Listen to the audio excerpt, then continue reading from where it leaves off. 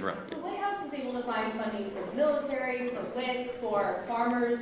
Should the White House now be able to find some funding for the SNAP program if they've done it for all these other ones? They certainly tried. I mean, one of the reasons that this shutdown has not yet been as painful as it might otherwise have been is because the president is bent over backwards, the administration.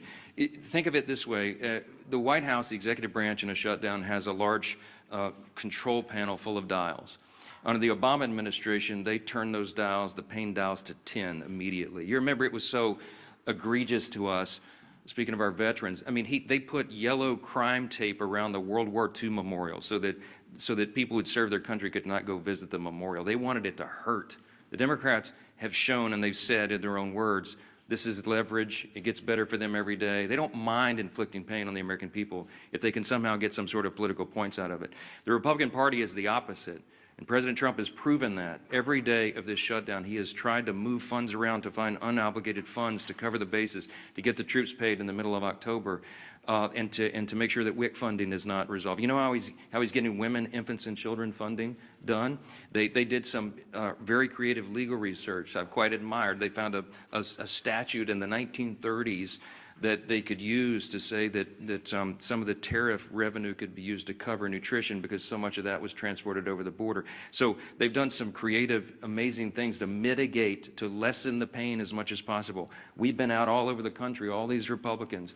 I mean, Craig Goldman flew in here to do this press conference with us, but he's been in Texas serving his constituents. Stephanie Bice been in Oklahoma. Harriet Hageman's been out west. You got Burgess Owens out in Utah. They've been serving their constituents, and August Pfluger, but they came in to help us articulate what's going on. All that effort has mitigated the pain, but we're running out of the resources. We want to fund SNAP, but they did the legal research and they could not find a 1930s era statute to bootstrap that one.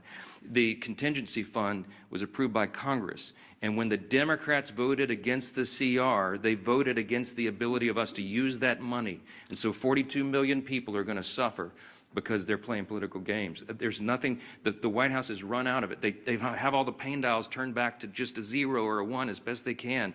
But when you're out of resources, they go all the way up. And it's out of their hands. It's out of our hands, and that's why we're so frustrated. You don't see the happy warrior Steve Scalise pound the podium very often. But we're angry about this. We're frustrated. We should be, because it's wrong for the people, and all of you should be angry about it as well. And I know many of you are. Get ready.